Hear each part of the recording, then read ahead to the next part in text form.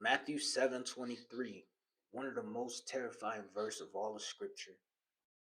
And what makes this verse even more terrifying is that Jesus is not talking to the agnostic. He's not talking to the unbeliever. He's not talking to the agnostic. He's not talking to the scoffer. He's not talking to the mocker. He's talking to the church. He's telling the people that were in church that depart from me, I never knew you. And this is so terrifying because when you read the text, you see the people are using Lord, Lord, Lord.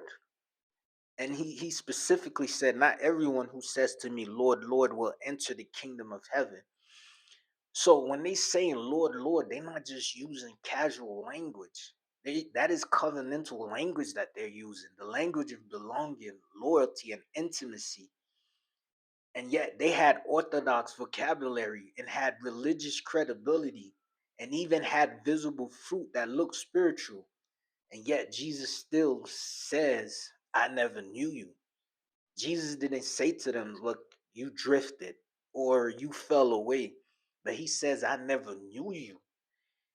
Meaning they were never surrendered to him. Yeah, they had great power. Yeah, they worked in his name. Yeah, they cast out demons. Yeah, but you realize Jesus still says, I never knew you.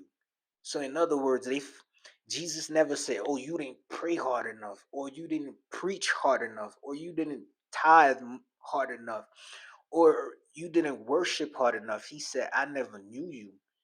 Jesus is saying, like, yeah, you had religious activity, but me and you never had a relationship. Jesus is saying, yeah, you were powerful, but your heart was never mine.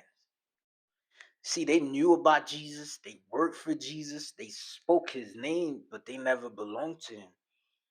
Because religion without surrender, right? Religious activities without surrender, it always substitute activity for intimacy.